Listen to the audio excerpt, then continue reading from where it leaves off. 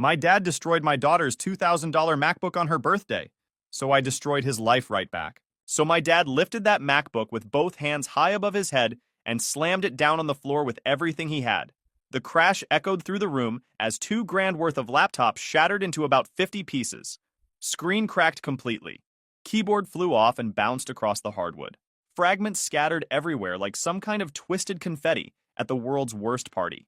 The MacBook I'd spent weeks researching and picking out for my daughter's 14th birthday was now just expensive garbage scattered across my living room floor. And you know what my dad said after that little display of destruction? This is punishment for being selfish.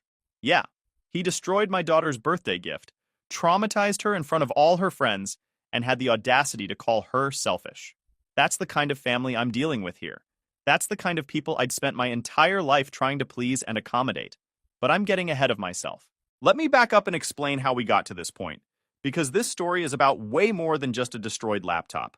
This is about decades of favoritism, years of disrespect, and me finally reaching my absolute limit after putting up with their nonsense for far too long. I'm Daniel, 45 years old, single dad to the best kid on the planet. My wife Sarah died in May 2022 in a highway accident that came out of nowhere. One minute she's driving home from work on a Tuesday afternoon. The next minute I'm getting a call from the hospital that changed everything forever. She was gone before I even got there.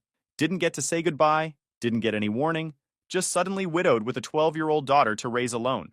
Just like that, Mia and I went from being a happy family of 3 to a family of 2, trying to figure out how to keep going. I'm not gonna lie, those first few months after Sarah died were the hardest thing I've ever been through. Real rough. The kind of rough where you're just trying to make it through each day without completely falling apart. But Mia needed me to keep it together, so I did. I became dad and mom and friend and therapist, and whatever else she needed at any given moment. We figured it out day by day, hour by hour sometimes. Some days were harder than others, but we made it work through sheer determination. The two of us against the world, you know? We had each other's backs no matter what. Now here's where my parents and my brother come into the picture. And trust me, this is where the story gets really good. You'd think they'd step up after my wife died, right? Help out with Mia? Be there for us emotionally and practically, that kind of thing? Yeah, not so much. Not even close. See, my parents had a favorite grandchild. And spoiler alert, it wasn't Mia. It was never Mia. It had never been Mia since the day my nephew was born. My brother Alex has a son named Mason, who's about Mia's age, and this kid has been spoiled absolutely rotten since the day he was born 14 years ago. My parents treat him like he's the second coming of Christ, while Mia might as well be a ghost haunting their peripheral vision. I'm talking extreme favoritism here. The kind that's so obvious, it makes you physically uncomfortable to witness. The kind that makes you wonder if they even remember Mia exists half the time. Or if they remember and just don't care.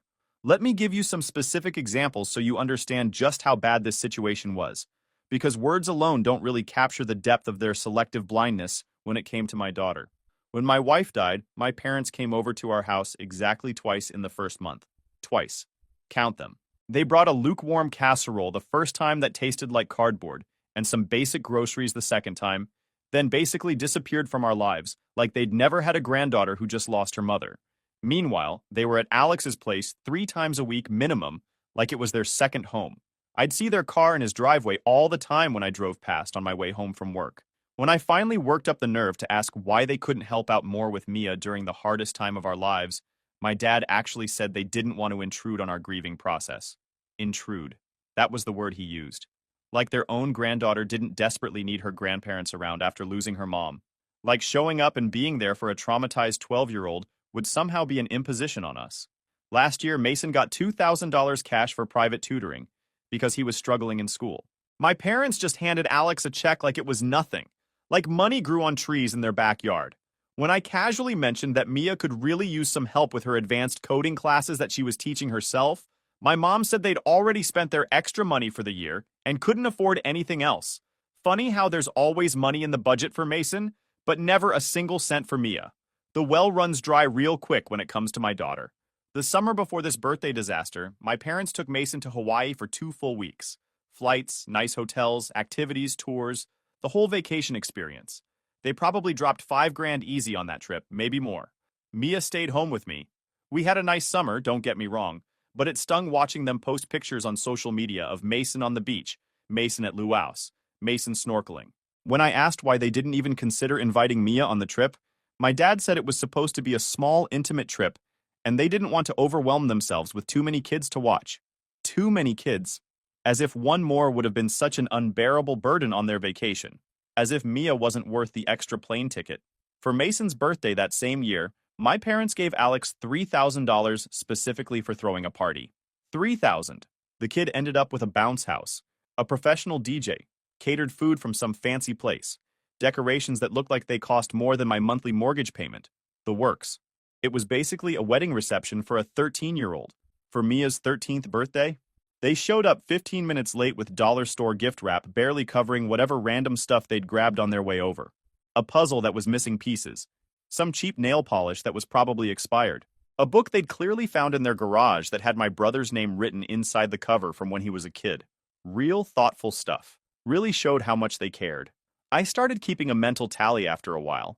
Not because I'm petty, but because I needed to know I wasn't crazy. Every Christmas, Mason would get tech gadgets, expensive clothes, sports equipment, gift cards. Mia would get socks, cheap jewelry that turned her skin green, and maybe a Barnes & Noble gift card for $10 if she was lucky. Every holiday followed the same pattern. Every birthday. Every random Tuesday when they felt like being generous to Mason, but forgot Mia existed.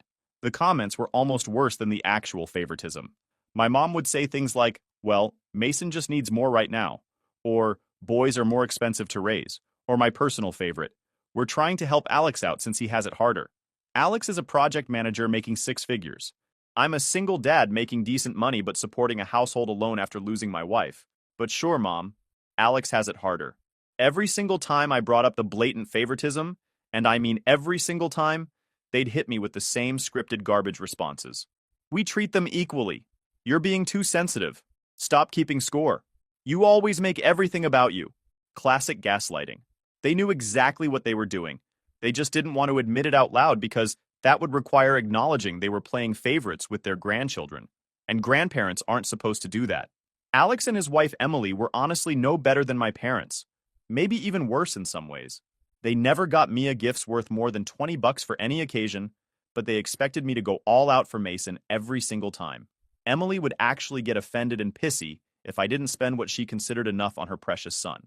At Christmas 2 years ago, I got Mason a $50 gift card to GameStop, which I thought was pretty generous, considering Mia had gotten a $5 coloring book from them the year before. Emily pulled me aside during dinner and had the nerve to complain that a gift card wasn't personal enough and showed that I didn't really know Mason, this woman who'd given my daughter a coloring book. A coloring book. For a 12-year-old. The math wasn't mathing, as the kids say nowadays. The double standards were suffocating. Mason would break something at our house, and it was, boys will be boys. Mia would accidentally spill something at a family dinner, and she'd get a lecture about being more careful. Mason failed 2 classes last semester, and it was, he's going through a tough time. School isn't for everyone. Mia got a single B on her report card, and my mom asked if she was having trouble focusing. The goalposts moved depending on which kid we were talking about. The thing is, I put up with all of this nonsense for years and years. Decades, really, if you count back to when Alex and I were kids, and the favoritism started with us before moving on to the next generation. I told myself it didn't matter, that Mia didn't need their validation to be successful and happy, that we were doing perfectly fine on our own without them. And we were doing fine. We had each other. We had our little routines, our inside jokes, our movie nights. We didn't need them. But I'd be lying if I said watching my daughter get treated like a second-class citizen in her own family didn't eat at me more than I wanted to admit. It gnawed at me constantly. This low-grade anger that I'd gotten really good at pushing down and ignoring for the sake of keeping the peace. I kept telling myself that being the bigger person meant not making waves, meant accepting that some people just suck at being fair, meant protecting Mia from seeing how much their treatment bothered me. I thought I was doing the right thing by keeping my mouth shut and just being there for Mia in all the ways they weren't. But looking back now, I realize I should have drawn the line in the sand way earlier. Should have cut them off the first time they made Mia feel less than. Should have protected her from their toxic favoritism instead of making excuses for it. But that was all about to change, because Mia's 14th birthday was approaching, and I wanted to do something really special for her. Something that showed her that at least one person in this family saw her true worth and potential. She's crazy passionate about computers and programming, has been since she was about 10 years old. Taught herself basic coding from YouTube videos and online forums. Built her first simple website at 11. Created a functional app at 12. The kid's seriously talented, like potentially genius-level talented. She's always talking about building apps and websites and learning new programming languages. She has this dream of working for a major tech company someday, or maybe starting her own company. The passion in her eyes when she talks about technology is the same passion her mom had when she talked about art. It's beautiful to see. So I decided to get her something that would actually support and nurture that passion. I started researching laptops, reading reviews, watching comparison videos, asking tech guys at work what they'd recommend. I wanted the best tool I could afford to help her pursue her dreams. After weeks of research, I settled on a brand new MacBook Pro. Not the cheapest base model either. The one with enough processing power and memory to run all the development software she wanted to learn. The one that would last her through high school and into college. Cost me just over $2,000, which, yeah, is a lot of money. That's more than I'd ever spent on a single gift for anyone. But my daughter deserved it. She'd been through enough losing her mom, dealing with a family that barely acknowledged her existence, watching her cousin get everything handed to him on a silver platter while she got table scraps. I wanted her to have something that showed her that at least her dad saw her, valued her, believed in her potential. I didn't tell anyone what I was getting her, kept it a complete secret. I picked it up from the store 3 days before her birthday and hid it in my office closet. Then I spent an entire evening wrapping it in multiple layers of different colored paper with ribbons and bows because I wanted to make the unwrapping part of the experience. Wanted to build up that anticipation, make the moment as special as possible. The look on her face when she finally got to that MacBook box was going to be worth every penny I spent and every minute I spent wrapping it. The party was set for 6 p.m. on Saturday, 2 days ago, as I'm writing this. We invited about a dozen people. My parents, Alex and his family, including Mason and Emily, a couple of our closest neighbors who'd been really supportive after Sarah died, and about 5 of Mia's friends from school. Nothing fancy or over the top, just cake and snacks and sodas, some decorations, music playing in the background. Standard birthday party stuff.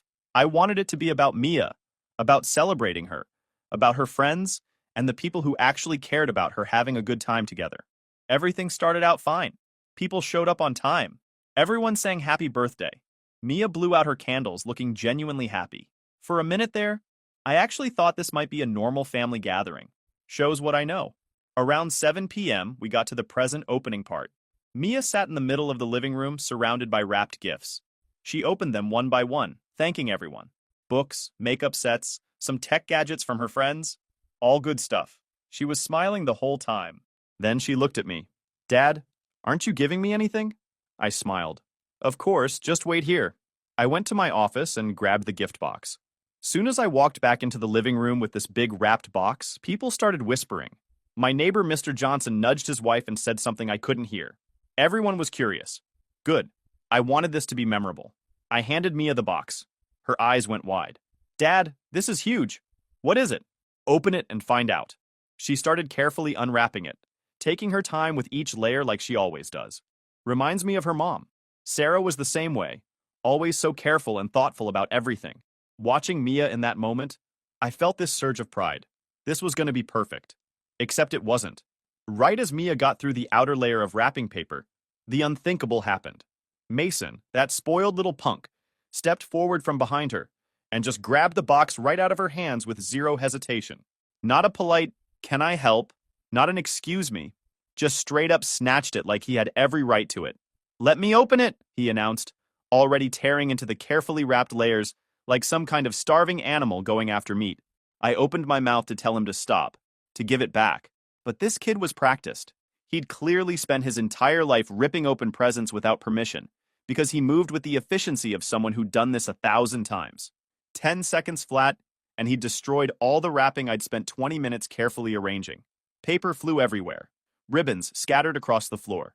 He ripped through layer after layer, with absolutely no regard for anyone else in the room, his hands moving so fast they were almost a blur. The room had gone completely silent, except for the sound of tearing paper. Nobody moved.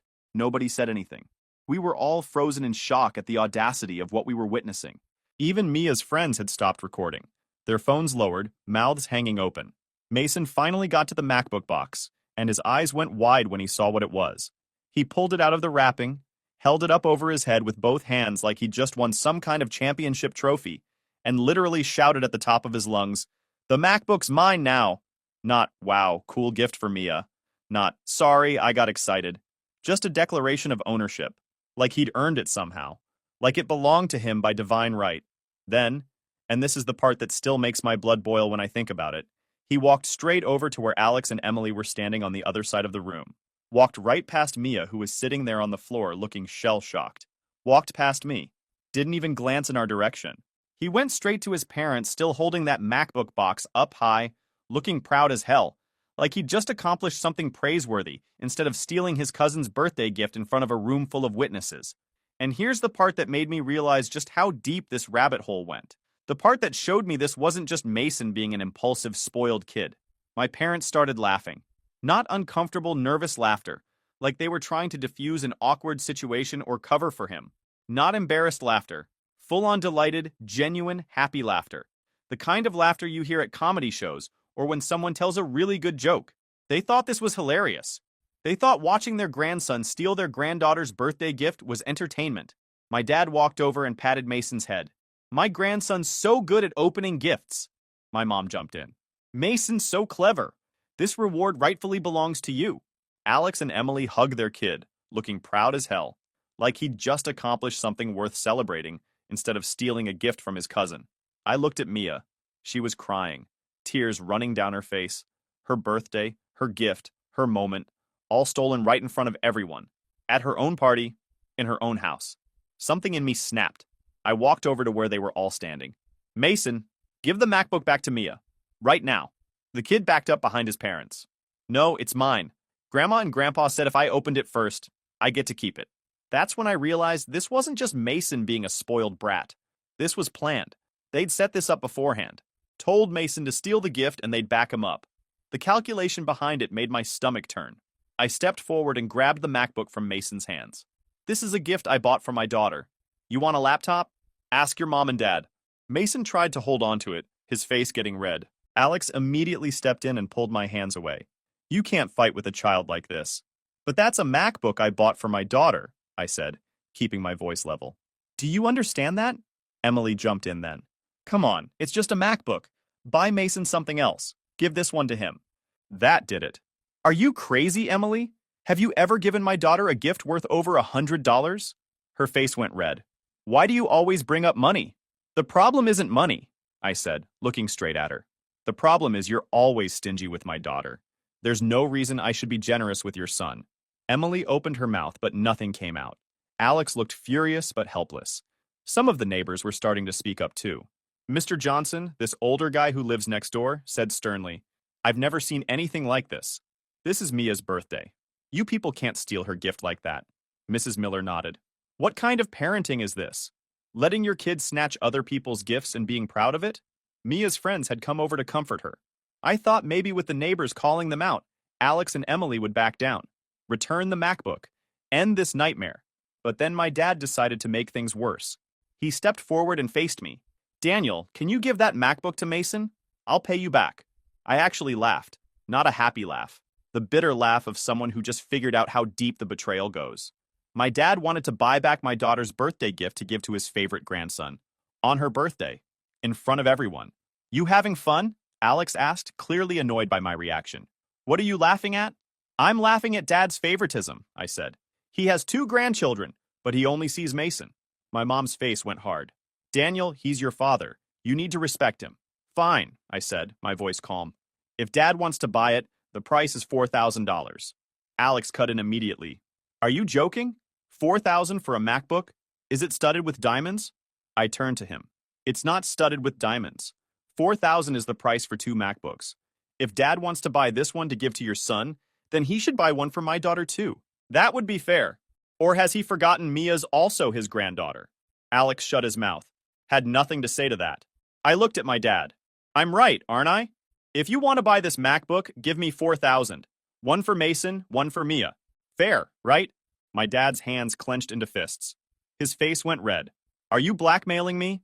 $4,000? What nonsense. You and Mom have been favoring Mason way too much for way too long," I said, not backing down an inch. "I'm just protecting my daughter's rights, something you should have been doing as her grandparents." My mom jumped in with her lecture voice. "Daniel, Families need to sacrifice for each other. You're almost 45 years old. Why don't you understand that? I turned to look straight at her. Families need to sacrifice for each other? Then let me ask you something, Mom. When my wife died, did you help me more? When Mason got $2,000 for tutoring last year, did Mia get a single cent? When Mason went to Hawaii with you and Dad, Mia stayed home alone. For Mason's birthday, you gave $3,000 for his party. For Mia's birthday, you brought dollar store gifts. The way you're talking, it sounds like my daughter and I are the ones who have to sacrifice while you, Dad, and Alex's family only know how to take. Is that right? My mom looked stunned. She wanted to say something but stayed quiet. The whole room went silent. You could hear a pin drop. Then my dad shouted, "Enough!" and walked toward Mason with these heavy, angry steps. He grabbed the MacBook from the kid's hands. The whole room held its breath. I actually thought for a second he was going to give it back to Mia and apologize. But no. He lifted that MacBook high above his head with both hands and slammed it straight down onto the floor as hard as he could. The crash was deafening. Screen shattered. Keyboard separated from the body. Pieces scattered everywhere. $2,000 in tiny fragments all over my living room floor. Mia screamed and started sobbing. I mean, really sobbing, her whole body shaking. My dad stood there breathing hard and shouted, "This is punishment for being selfish." That's when I lost it. I rushed forward and grabbed my dad's collar, got right in his face. "What the hell are you doing? Are you insane?" The whole room went dead quiet. I'd raised my fist, ready to deck him right there. I didn't care that he was my father. In that moment, all I cared about was that he'd hurt my daughter and I was going to make him pay. Then Mia grabbed my arm. "Dad, please stop. Please don't hit him." I shouted at her, "Let go. He smashed your MacBook." But she held on tighter, her voice shaking. "Dad, I don't want the police to arrest you. Please stop. Let's call the police instead. Please." Her words were like cold water on my rage. I realized I'd been about to make the biggest mistake of my life. Hitting him would have given them exactly what they wanted. A way to make me the bad guy. Mr. Johnson stepped closer. "Daniel, calm down. Listen to Mia. Calling the police is the right way." He pulled out his phone and dialed 911 without waiting for my permission. Mia pulled my arm away from my dad's collar. My dad straightened his shirt and said through gritted teeth, "You dare try to hit your father? Remember this day." Then he signaled to my mom and Alex's family that they were leaving. Like they were the victims here. Like they hadn't just destroyed my daughter's birthday and her gift. I stepped in front of him. "Stop. The police will be here in a few minutes. You destroyed my property. You have to take responsibility." All 5 of them looked at me with pure hatred. Mr. Johnson spoke up then, his voice gentle but practical. "Let them go, Daniel. You can testify when the police arrive." I thought about it for a few seconds, then stepped aside. They walked out one by one. Not a single apology, not one look of remorse. Mason even turned back and gave me this defiant little smirk before they left. They got in my dad's car. Well, technically my car that I'd been letting him borrow for the past 3 years. As the engine started, I suddenly remembered that detail. I rushed out to the porch. "Wait." My dad stopped and rolled down the window, probably thinking I was going to apologize or beg or something. He looked triumphant. "What's wrong? You realized you were wrong, didn't you?" "Right," I said calmly. I realized I was wrong. His face broke into this satisfied smile. The smile of someone who thinks they just won. I knew it. Admitting you're wrong is good. That's what makes you my son. Go inside. I'll talk to you tomorrow. While he was still wearing that victorious grin, I reached through the car window, turned off the engine, and pulled out the entire set of keys. The smile froze on his face. My mom gasped from the passenger seat. "Daniel, what are you doing?" I looked straight at my dad and smiled. "I was wrong for letting you borrow this car for the past 3 years. From now on, I'm taking it back. This is my car. I have the right to take it back whenever I want." My parents sat there speechless. Behind me, I heard applause. The neighbors who'd followed me out had witnessed the whole thing. Mr. Johnson said loudly, "Well done, Daniel. Make those 2 walk home. Serves them right." My dad jumped out of the car, went to the trunk, and grabbed a hammer he kept there. He stood there gripping it, his face purple with rage. I laughed, actually laughed. "Oh, Dad, what are you planning to do with that hammer? If you hit me with it, you go to jail. And if you smash my car, do you and Mom have enough money to pay for it?" He shouted. "Will you stop that sarcastic tone right now? I'm your father." I looked at him coldly. "Wrong. I don't have a father. My father died the exact moment you smashed my daughter's MacBook." I turned around, walked back into the house with the car keys, and left them standing there. Stuck. Humiliated. in front of all my neighbors. To them, they probably thought our relationship ended that night. But to me, that was just the beginning, because what I was about to do next would make them pay the price they deserved. After they left, I went back inside. The living room was quiet except for the MacBook fragments still scattered on the floor. About 15 minutes later, 2 police officers arrived. One male, one female. They looked at the scene, looked at the broken pieces, and started taking statements. I walked them through everything. Mason grabbing the gift, the confrontation, my dad smashing the laptop. Then I pulled up the security camera footage on my laptop. The whole thing was recorded. Every second. The officers watched in silence. The female officer kept shaking her head. The male officer wrote notes constantly. Mr. Johnson and Mrs. Miller gave sworn statements too. Everything matched the video perfectly. After about an hour of collecting evidence, the police left. They had everything they needed. The neighbors helped me clean up the MacBook pieces. Every shard of glass, every bit of plastic went into a trash bag. Looking at those fragments, I didn't feel bad about the money. I felt heartbroken that my daughter's joy had been shattered along with that machine. After everyone left around 10 p.m., I knocked on Mia's door. When she opened it, her eyes were swollen and red. She'd been crying for hours. But then her face changed when she saw what I was holding. A brand new MacBook, pink, her favorite color. Her eyes went wide.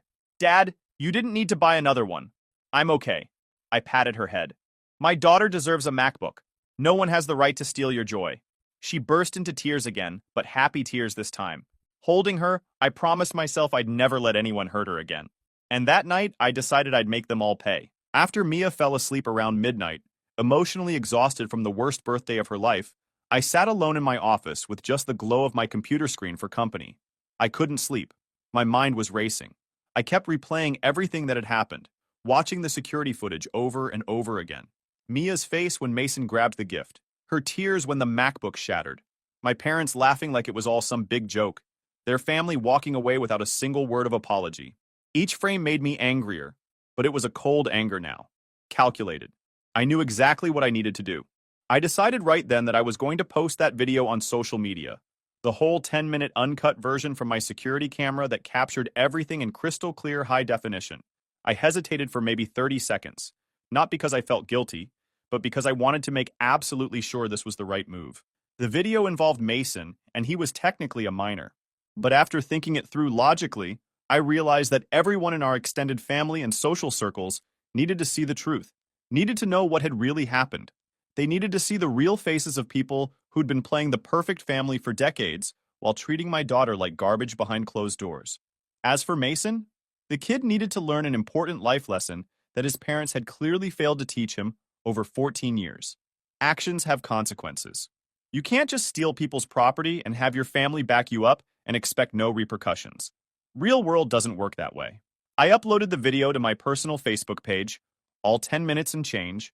I added a caption that I'd been thinking about for the past hour, keeping it short and meaningful. Toxic family. From today on, my family is just Mia and me. Watch this if you want to know why I'm done with people who call themselves family, but act like strangers. Then I hit post, shut down the computer without waiting to see any reactions, turned off my phone, and somehow managed to fall asleep around 2 a.m. The next morning, when I woke up around 7:30 and turned my phone back on, I was completely overwhelmed by what I saw. My phone practically had a seizure from all the notifications flooding in at once. Text messages, missed calls, Facebook notifications, Instagram messages, emails, everything hitting all at once. The video had gone absolutely nuclear overnight. Viral doesn't even begin to describe what had happened. When I finally managed to open Facebook, my hands were actually shaking. The video had been shared over 300 times. 300. By relatives, by friends of friends, by complete strangers who'd seen it secondhand. It had hundreds and hundreds of comments, way more than anything I'd ever posted in my life. And here's what shocked me most. Every single comment I scrolled through was on Mia's side and my side. Not one person defended my parents or Alex's family. Not one. My mom's cousin Rita, who I hadn't talked to in probably 5 years, wrote a long comment that started with, "I'm shaking with anger right now. I can't believe this. Is this really how Thomas and Patricia treat their motherless granddaughter? This is disgusting and heartbreaking. That poor child. Daniel, you did the right thing cutting them off. Family like this is worse than no family at all." One of my dad's old Marine buddies from way back, A guy named Frank, who'd known my dad for 50 plus years, commented, "Thomas, I've known you since we were 22 years old serving together. I never, and I mean never, thought you were capable of doing something this cruel to your own granddaughter. This ain't the man I thought I knew. Shame on you. Shame on all of you." Coming from a Marine who'd served with my dad, that comment hit different. Complete strangers were finding the video through shares and leaving comments calling for my dad to be arrested, sued, charged with destruction of property, child abuse, you name it. Someone wrote, "A grandfather smashing his granddaughter's birthday gift while she cries. He should be in prison. This is psychological abuse at minimum." Another stranger commented, "These are the worst grandparents I've ever seen in my life, and I work in family court."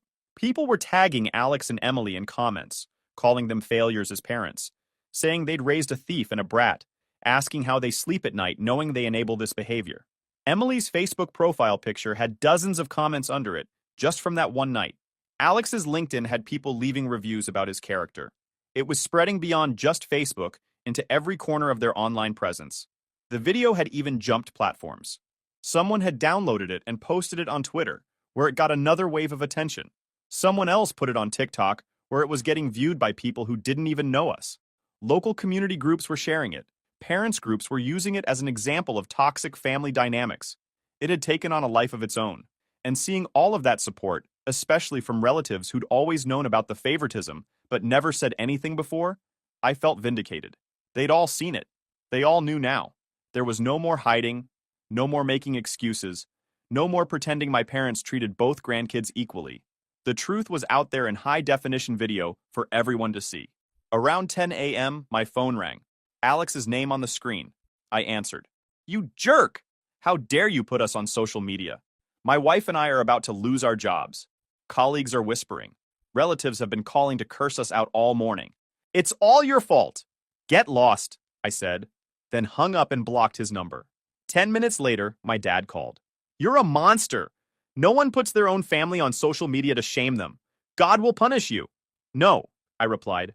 "Grandfathers don't smash their granddaughter's MacBook either. If you can dish it out, you better be able to take it. God will send you to hell when you die." "What did you just say to me?" he asked, gritting his teeth. "Are you deaf, old man? Go get your ears checked." I hung up and blocked his number too. Then my mom's number. Then Emily's. Cut them all off. That afternoon, I contacted a law firm. The lawyer was named Robert, a middle-aged guy with decades of experience.